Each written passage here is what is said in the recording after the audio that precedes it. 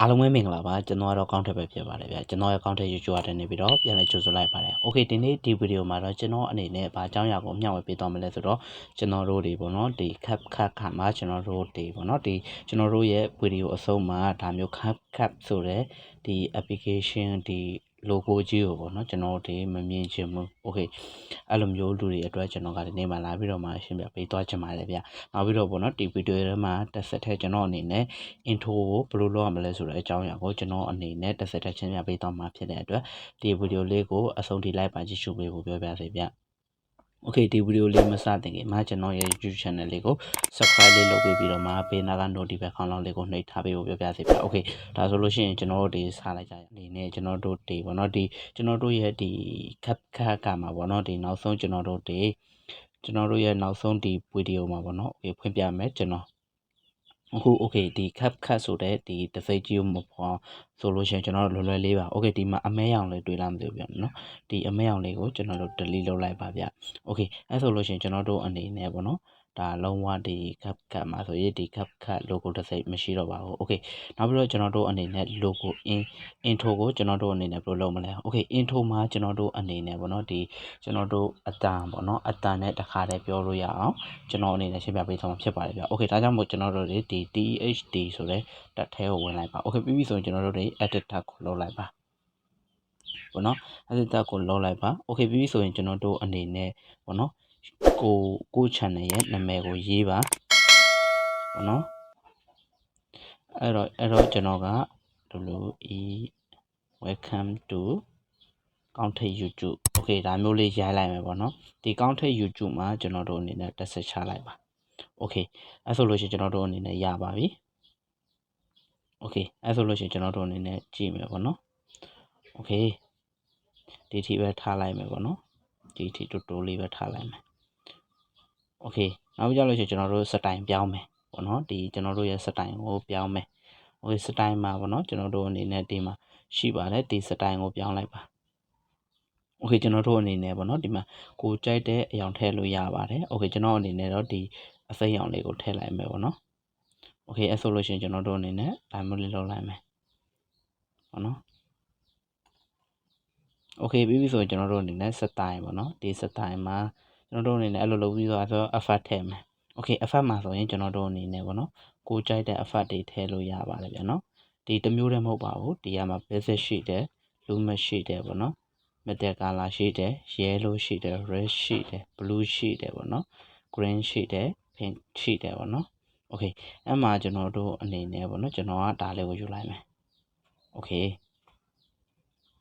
ပေါ့နော်အဲ့ဆိုလို့ရှိရင်ကျွန်တော်တို့အနေနဲ့အဲ့ဒီ effect ပြီးသွားပြီဆိုကျွန်တော်တို့ VVN လေးဆိုတာကိုလုပ်ဘာဖြစ်ဆိုတော့ကျွန်တော်တို့စတိုင်ပုံစံလေးတွေပေါ့နော်ကျွန်တော်တို့ဘယ်လိုစတိုင်လေးလုပ်ရှင်လဲပေါ့နော်လိုမျိုးလေးလုပ်မလားနော်ကိုကြိုက်တယ်လို့လေးလုပ်ပေးလို့ရပါတယ်ဒါမျိုးလေးလုပ်မလားနော်ဒါမျိုးလေးလုပ်မလား Okay ကျွန်တော်အနေနဲ့ကတော့ဒါလေးကိုနှစ်သက်ပါတယ် Okay ဒါကြောင့်မို့ကျွန်တော်ပေါ့နော်ဒါလေးကိုလုပ်လိုက်ယူထားပါမယ် Okay ပြီးပြီဆိုကျွန်တော်တို့အနေနဲ့ဒီကိုကြည့်လိုက်မယ်ဒီကမှာဒါကတော့ပေါ့နော်ကျွန်တော်တို့ဒီစာကြောင်းစတိုင်ပုံစံလေးပါဗျ Okay ကျွန်တော်တို့ဒီစာကြောင်းစတိုင်ပုံစံလေးကိုလုပ်လိုက်မယ် Okay ပြီးပြီဆိုကျွန်တော်တို့ဒီအောက်ကမြားလေးကအဓိကပေါ့နော်ဒီအောက်ကမြားလေးကြတော့ကျွန်တော်တို့ဒီအရှိပေါ့နော်ကျွန်တော်တို့ဒီအရှိမြင်မြန်ချကျင်လားနှင်းချကျင်လားပေါ့နော် Okay ဒီကရှည်လေးသူကနှင်းပဲမြင်မြန်နှင်းနဲ့ကြလေးပေါ့နော် Okay ဥမာကျွန်တော်ဒီနောက်ထပ်တစ်ခုပြောင်းပြမယ်ဗျာနော်အဲ့ဆိုကျွန်တော်တို့ဒီစားကြောင်းလေးတွေကိုပြောင်းကြည့်မယ်ပေါ့နော်အဲ့ဆိုလို့ရှိရင်ကျွန်တော်တို့အနေနဲ့မှာနှင်းလေးသွားတွေ့လားမသိဘူးဗျာနော်ဒါဆိုလို့ရှိရင်တော့ကျွန်တော်တို့စက္ကန့်လေးနည်းနည်းမှာပဲကျွန်တော်တို့အနေနဲ့ချက်ချင်းရောက်သွားမယ်ပေါ့နော်ဒါဆိုလို့ရှိရင်ကျွန်တော်တို့နည်းနည်းကြာမယ်ဒါဆိုလို့ရှိရင်နည်းနည်းကြာမယ်အဲ့လိုမျိုးပဲပေါ့နော်ဒီမှာတခြားသောစားကြောင်းလေးတွေကိုလည်းယူကြည့်လို့ရပါတယ်ဒီစားကြောင်းကိုထိုးခြင်းလို့ရှင်းလို့ရပါတယ်ဒီမှာပေါ့နော်ဒီမှာ Okay အဲ့လိုမျိုးတွေပေါ့နော်အဲ့ပြီးလို့ရှိရင်ကျွန်တော်တို့အနေနဲ့ဒါလေးကိုလှုပ်လိုက်မယ်ပေါ့နော်ကိုလှုပ်ရှင်တဲ့လောက်လေးလှုပ်လိုက်မယ် Okay အဲ့ဆိုလို့ရှိရင်ကျွန်တော်တို့တွေပြန်ကြည့်မယ်ပေါ့နော် Okay ပေါ့နော်ဒီမှာစားကြောင်းလေးလည်းထိုးပြီးပြီပေါ့နော်ဒီနောက်ကCupCutကိုပေါ့နော်ဒီနောက်ကမှာဒီ CupCut ဆိုတဲ့ logo ကျွန်တော်ပထမဦးဆုံးပြောခဲ့သလိုပဲဒီ CupCut ဆိုတဲ့ logo မှာပေါ့နော်ကျွန်တော်တို့ဒီအလွယ်လေးပါတိုင်းမသိတဲ့သူတွေအတွက်ပေါ့နော်ကျွန်တော်ကလာပြီးတော့ရှင်းပြပေးတာပဲဖြစ်ပါတယ်ဗျာ Okay နောက်ပြီးကျရင်ကျွန်တော်တို့အနေနဲ့ပေါ့နော်ဒီ welcome to KaungHtetYouTube ဆိုတာကိုကျွန်တော်တို့အနေနဲ့နာမည်လေးရေးချင်တယ်ဆိုလို့ရှိရင်လည်းရပါတယ်အဲဆိုလို့ရှိရင်ကျွန်တော်တို့အနေနဲ့ဒီမှာပေါ့နော် female story ဆိုလို့ရှိရင် Welcome to KaungHtetYouTube ဒီဆိုရင် မိန်းကလေးပုံစံပေါ့နော်ဒါဆိုလို့ရှိရင် Welcome to KaungHtetYouTube ယောက်ျားလေးပုံစံပေါ့နော် okay ဒါဆိုလို့ရှိရင် series Welcome to KaungHtetYouTube ပေါ့နော်ဒါ series female ပေါ့နော် okay အဲ့လိုမျိုးကိုကြိုက်တဲ့အားလေးတွေလုပ်လို့ရပါတယ်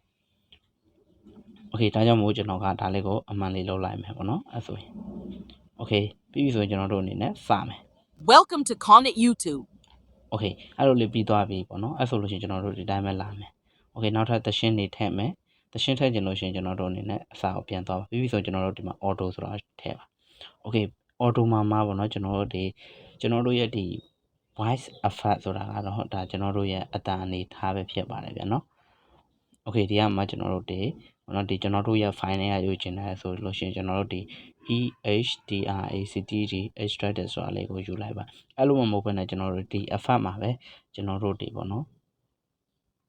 ကျွန်တော်တို့ရဲ့ကြိုက်တဲ့အတန်လေးတွေကိုထည့်လို့ရပါတယ်ဗျာနော်ဒီကမှာပါအများကြီးပဲရှိပါတယ်ပေါ့နော် okay အားကြောင့်မို့ကျွန်တော်အနေနဲ့ပေါ့နော်ဒီ sound မှာဆိုလို့ရှိရင်ကျွန်တော်အနေနဲ့ပေါ့နော်ဒီကမှာသူကဒီ CupCut ကပေးထားတဲ့ဟာတွေလည်းရှိတယ်ပေါ့နော်ဒါပေမဲ့CupCut ကသုံးတဲ့တချို့ဟာတွေဆိုရင် copyright ရှိပါတယ် okay ဒါကြောင့်မို့ကျွန်တော်အနေနဲ့ပြပေးမယ်ပေါ့နော် copyright ကဘယ်လိုမျိုးတွေရှိလဲဆိုရင် okay အဲ့ဆိုလို့ရှိရင်ကျွန်တော်တို့ဒီသရှင်းကိုကြည့်မယ်ပေါ့နော်ဒါဆိုရင်တရုတ်ပဲပေါ့နော်ဒီမှာပေါ့နော်ဒီလုံးလေးတွေမိုက်ပါတယ်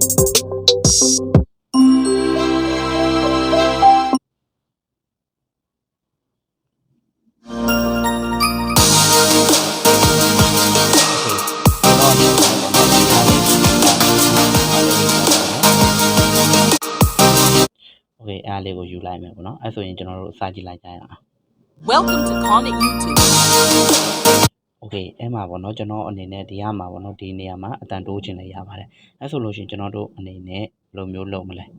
ဒီနေရာမှာပေါ့နော်ဒီကျွန်တော်တို့ welcome to KaungHtetYouTube ဆိုတဲ့နေရာမှာကျွန်တော်တို့အနေနဲ့အတန်တိုးခြင်းလည်းဆိုရင်ဒီနေရာလေးကိုလုပ်လိုက်ပြီးရင်ကျွန်တော်တို့ဒီ SP LID split ဆိုတာလေးကိုနှိပ်လိုက်ပါ okay ပြီးပြီဆိုရင်ကျွန်တော်တို့ဒီမှာပေါ့နော်ဒီမှာ value မှာကျွန်တော်တို့ဒီ1000ရဲ့အောက်ကိုချောလိုက်မယ်ဗျာနော်1000ရဲ့အောက်ကို Welcome to KaungHtetYouTube okay အဲ့လိုမျိုးလေးချောလိုက်မယ်ပေါ့နော်ဒီလိုအတန်ကိုနည်းနည်း Welcome to KaungHtetYouTube okay အဲ့ဆိုလို့ရှိရင်ကျွန်တော်တို့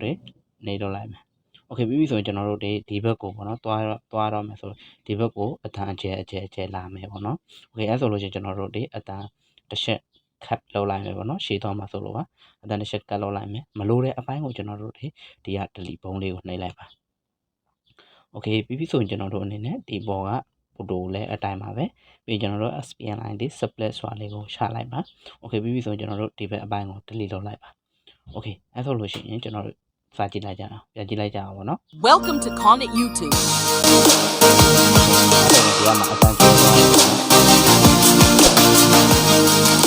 okay အားကြောင့်မို့ကျွန်တော်ကဒီနေ့မှာပေါ့နော်ဒီ CupCut မှာပေါ့နော်ကျွန်တော်တို့ဒီ CupCut မှာ CupCut logo ကိုဘယ်လိုမျိုး remove လုပ်မလဲဆိုတာရယ်နောက်ပြီးတော့ကျွန်တော်အနေနဲ့ပေါ့နော်ဒီမှာ intro ပုံစံလေးကို CupCut ရဲ့ intro ပုံစံလေးကိုအခြေခံသမားတွေအတွက်ကျွန်တော်အနေနဲ့လာပြီးတော့မှရှင်းပြပေးတာပဲဖြစ်ပါတယ်ဗျာ okay ဒီဗီဒီယိုလေးကိုကြိုက်နေတဲ့မယ်လို့မျှော်လင့်ပါတယ်ကြိုက်နေတဲ့တယ်ဆိုရင် like subscribe share လေးလုပ်သွားပေးဖို့ပြောပြစီဗျာ okay အားလုံးကိုကျေးဇူးတင်ပါတယ်နောက်နေ့ဒီမှာပြန်တွေ့ကြမယ်ဗျာ bye bye